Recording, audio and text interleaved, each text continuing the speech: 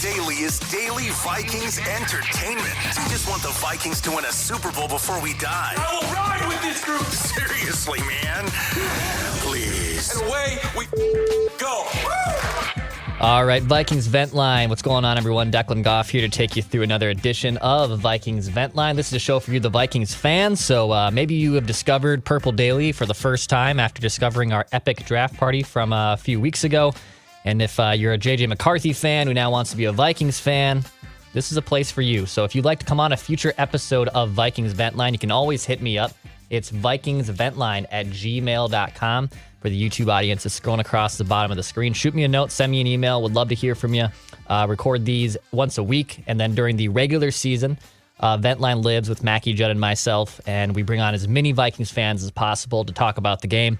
And then during the offseason, I still like to host one with a few Vikings fans each week where we discuss the draft, we discuss the offseason, upcoming expectations, etc. So a lot of fun stuff happening here on Vikings Vent Line. If you want to be a part of it, please hit me up, vikingsventline@gmail.com. Hit the like button, hit the subscribe button. It helps us spread the word more about Purple Daily for those that haven't discovered us yet. We appreciate you guys. We just want to see the Vikings win a Super Bowl before we die. We're going to get our guys Jimmy and Matt in here in just a sec. We're super excited to talk to them. Jimmy's been on Vent Line before. Matt's making his first time on the show, so should be an absolute blast. Can't wait to hear from them. We're going to talk some draft. We're going to talk some expectations for the Vikings defense now that they've overhauled that, and a little bit more too. So let's waste no more time. Let's get our guys Jimmy and Matt in here. Boys, what's going on? Welcome to Vent Line. Happy to have you on here. Beautiful, gloomy, what is it, Thursday? Happy to be here. Yeah. Are you in Minnesota, Matt, or are you somewhere else? I sure am. Yeah, I'm in Minnesota. Okay, cool. I might have lost Jimmy's connection. I'm gonna put him in timeout here just for a little bit. Whereabouts in Minnesota though are you, Matt? Yeah, I'm up in St. Michael. So just okay. North, Very cool. right up 94. Okay, yep. St. Cloud State Huskies. So that was always a pass through of St. Michael. So I'm familiar with the area very well. And then Jimmy, you're in uniform today. So are you at work as well? What's going on, man? Yeah, so I'm from Golden Valley, Minnesota. So shout out to all my boys in the 763. But right now I'm a senior at Virginia Military Institute in Lexington, Virginia.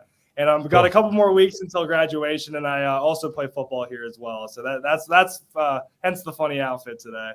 Nice, man. Well, we appreciate you. Thank you so much for everything. And thanks for joining us on Vent Line. So let's start off. Let's rip this Band-Aid off right away here. Jimmy, I'll start with you. When do you want to see JJ McCarthy start for the Vikings? Do you want to see this right away? Do you kind of want to wait for the timing here? When would you like to see JJ McCarthy start for the Vikings? Sure. So when I think about it pragmatically, the prediction that I have is I think JJ McCarthy will be ready to go to take the reins of starting quarterback probably right before Thanksgiving. However, a possibility that I would want listeners and Vikings fans to sort of be aware of is the outcome where JJ McCarthy wins the starting job during training camp. And I kind of bring this up for two reasons. The first reason is he is an excellent football player. He possesses a very capable and talented arm that can layer throws really well and make all the NFL throws needed to be an NFL quarterback. He's also very accurate and aggressive throwing over the middle of the field, which is a big staple in KOC's offense.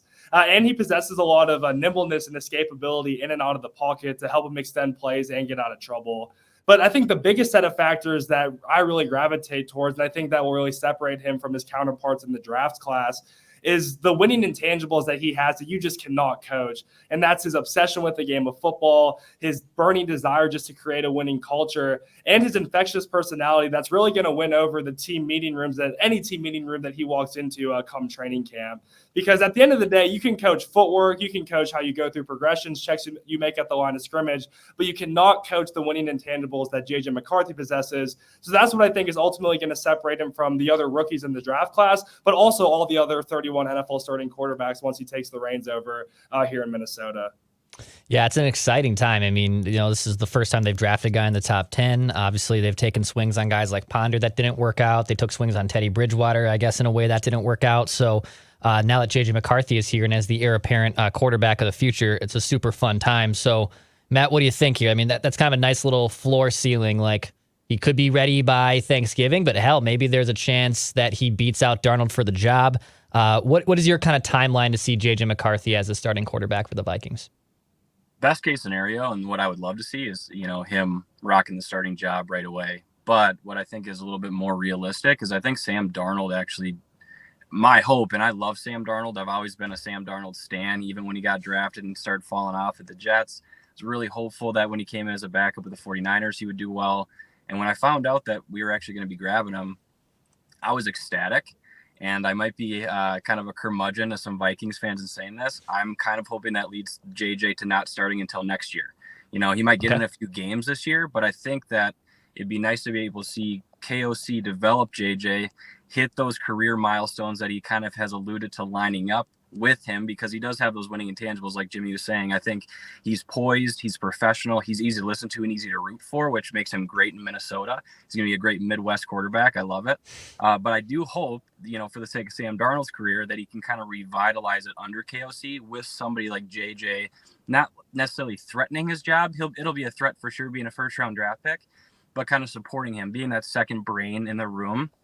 And so I think Darnold will hopefully accelerate with that. And then JJ can kind of come in with the reins next year, seeing what a winning culture will kind of build around both of those two. So that's kind of my hope, is that he'll probably actually start next year. We'll see him this year, but not a full starter yet.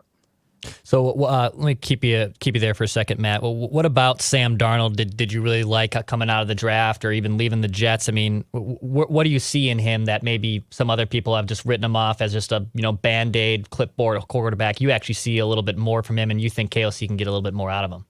Yeah, I think the biggest thing about Sam Darnold is that he's not somebody that falls off when it comes to his confidence, right? You see, he was able to create, which is why he got drafted so high to the Jets. Somebody that he was coming in, the Jets weren't looking great on the O-line. They needed somebody that could create, kind of be that playmaker. He was accurate at USC. And I think that Sam Darnold has been someone that's built his confidence up, coming from Kyle Shanahan, now transitioning into KOC, which, KOC is not somebody like Mike Zimmer used to be, not someone that if you make one mistake, you're benched.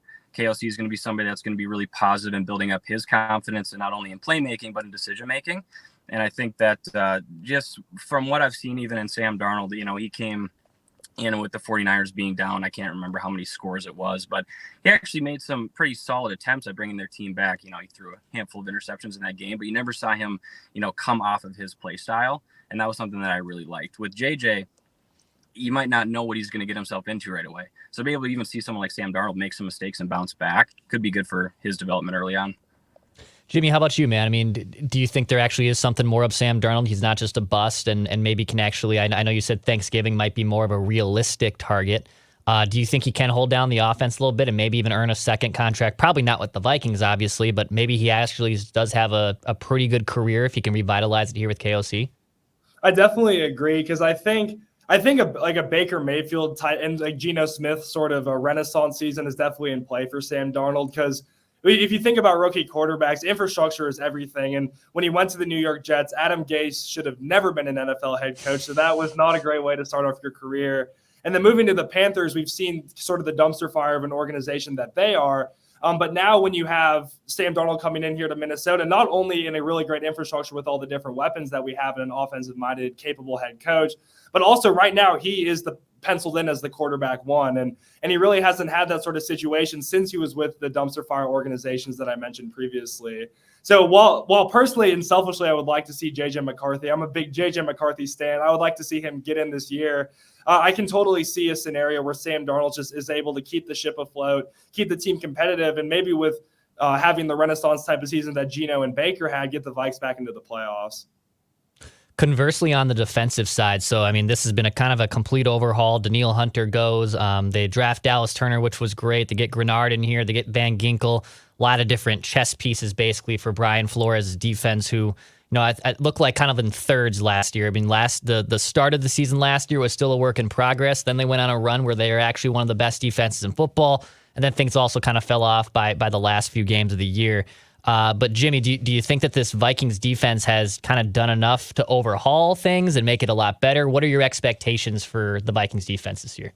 I would say for the Flores defense, the floor is, first and foremost, the Flores defense can only go upwards from last year. So I would say the floor is somewhat above average, so maybe between the 14th ranked to the 10th ranked defense. But I think the ceiling, truthfully, is a top 8 defense and upwards, because for two main reasons. The first reason is with all the tools that they added with Grenard and Van Ginkel and now Dallas Turner, the best defensive player in the entire 2024 NFL draft, it gives Flores a lot of room to have a lot of different chess pieces. I know Kevin O'Connell talked about at the draft getting Harrison Smith a little bit of less snaps. So if you take Harrison Smith off the field and roll with a 2 safety package, that allows you to roll in someone from your deep cornerback room maybe into the slot. Or it allows you to move Andrew Van Ginkel back to an off-ball type of position and get Dallas Turner in to rush the passer. And then the second piece that I think about is how much more productive the Vikings offense is going to be, because when you have an offense like we saw the last third of the season that was turning the ball over, that wasn't moving the ball well, that puts a big strain on the defense because they're on the field more than they should be. And also with Flores, his best strategy is just to blitz everybody because he knows the offense isn't going to produce when it's out there. So I think it gives the new pieces gives Flores a lot more chess pieces to work with, and a new and improved offense is going to put the defense on the field less and let them produce more. Yeah, it's definitely not as simple as just, hey, defense on the field, get a stop. And I know, Jimmy, you played ball too, but if you're out there for a long time, it becomes a lot more difficult, a lot more harder. And if your offense can't stay on the field conversely and make long sustained drives and get points, it's going to be a big strain on the defense. Matt, do you think the Vikings defense is finally, after some bad years post Zimmer and Donatel and whatnot, do you think it's finally on the up and up here with some different personnel that's on that side of the ball? Oh, it's definitely the most excited I've been. I think we've made a lot of offseason moves, specifically in free agency. And then, of course, with, UDFA, I'm excited about Gabriel Murphy. I think he's going to be a great addition, and I'm hoping that he lines up like Ivan Pace. I think it'd be fun to see 2 scrappy young guys that were overlooked come in and make a huge impact. I think Flores is really going to kind of hone in on some of that passion to play, and I think that's going to be great for us. One thing that I'm really interested to see is, like Jimmy was pointing out, how they use Van Ginkel now that we have Dallas Turner. I will say Hard Knocks did a great on my Van Ginkel stock, and I fell in love with the guy. And when we drafted Dallas Turner, although I was excited, my first thought was, what's going to happen to Van Ginkel? What are we going to do with him? What's the usage going to change here? And even post Zimmer, thinking about the struggles that we've had, specifically in the passing game, our secondary didn't necessarily get all that much stronger coming in and kind of coming through into this season. And I'm really curious to see what we do differently, knowing that we had that second half fall off and we didn't see too many improvements as we started getting towards the tail half of the season. So just kind of curious, but I'm excited about it. Yeah, playing cornerback is nearly impossible in today's NFL. It feels like it's impossible to play it successfully over a long stretch of games. And you can defend the pass to a degree. You can get some stops, yes, but with quarterbacks throwing more than they ever have and yards being thrown all over the field, I think it's very difficult. And I don't know about you, Jimmy, but it felt like they would rather just load up on pass rush, right, to obviously get the pass rush home to give their cornerbacks a little bit more time and whatnot to try to figure out how to make a stop. But yeah, I think even though the cornerbacks might be a problem, I actually kind of like what the Vikings did, even getting more chess pieces to rush the quarterback with, whether that's Turner or whether that's Grenard, whether that's Van Ginkel, and of course any other type of random guys that basically Brian Flores will throw the entire house at. No, definitely, because I think a good pass rusher only makes your secondary and your corners better. Because like you were talking about, Declan, in today's NFL, with all the different rules that skew towards the offense, a corner can only do so much to cover a receiver. And what we saw last year, too, especially towards the tail end of the season, is Brian Flores loves giving those 7-up looks. So really everyone on the line of scrimmage, and either you send the house or you drop a lot of your linebackers back. But when he was sending the house on those 7-up blitzes, basically you kind of just hope and pray that the blitz gets home, or else all of your corners are on islands. And if you see like short hitch routes and that was the main adjustment that a lot of offenses made, is they would see these heavy blitzes coming and these cornerbacks would be playing off coverage. So that's when they would kind of just pick apart with a lot of those short hitch routes to mitigate the heavy blitzes that Flores was sending. So I think especially with all the new chess pieces we're talking about, a new and improved pass rush will only make the corners better. But I think with all the different chess pieces as well, Flores will be able to throw different pictures at quarterbacks and NFL offenses that will be a lot harder to mitigate as the season goes on. So, Matt, I know it's hard to just completely judge a draft class, obviously, just weeks after it happened. In fact, it's probably more appropriate to judge, obviously, years after it happened. But do you think with the trade-ups that he made, getting JJ McCarthy, getting Dallas Turner, getting Jordan Addison last year, finding these random kind of diamonds in the rough, I know you alluded to a couple UDFAs there, too. Do you think Kwesi has earned a contract extension here? Do you think they might play this out a little bit longer? What do you think the expectancy of Kwesi is after this first contract? If it were up to me and I had to make a decision today, if we were to extend Kwesi, I would absolutely give the man another contract, because I think the steps that he's taken since year one has been astronomical, and even just the culture of the team. But then seeing what we're doing with cap adjustments going into not only this season, but next season, we offloaded Kirk and we offloaded Daniil, and we're making some big adjustments to make sure that JJ can stick around for another handful of years. Kwesi, I wish I could have been in the room for what his first interview was for his projections of what the team was going to look like by the time he was getting ready for a contract extension, and what the team was saying and the ownership was saying to his picture of what it would look like to have this cap freedom going into the next couple of years. So I think Kwesi has done exactly what he set out to do, and also found some players through the draft that he didn't necessarily expect to have. And also the first run at a rookie quarterback that him and KOC identified as their guy. I have no issues with what decisions have been made. Yeah, we've had a couple of tough drafts recently with some defensive guys that I would hope to see develop, and I would love to see Lewis Cine make a huge impact. Is he going to? I don't know, but I really hope he does. I think that Kwesi and KOC have really made a good argument for Kwesi's extension. Jimmy, what about you, man? Do you think he deserves this extension? To Matt's point there, they've also made some really big salary cap things that I think sometimes people forget about, and they just want to look at the draft class misses. But do you think Kwesi will also be in line kind of with KOC to also get second contracts here soon?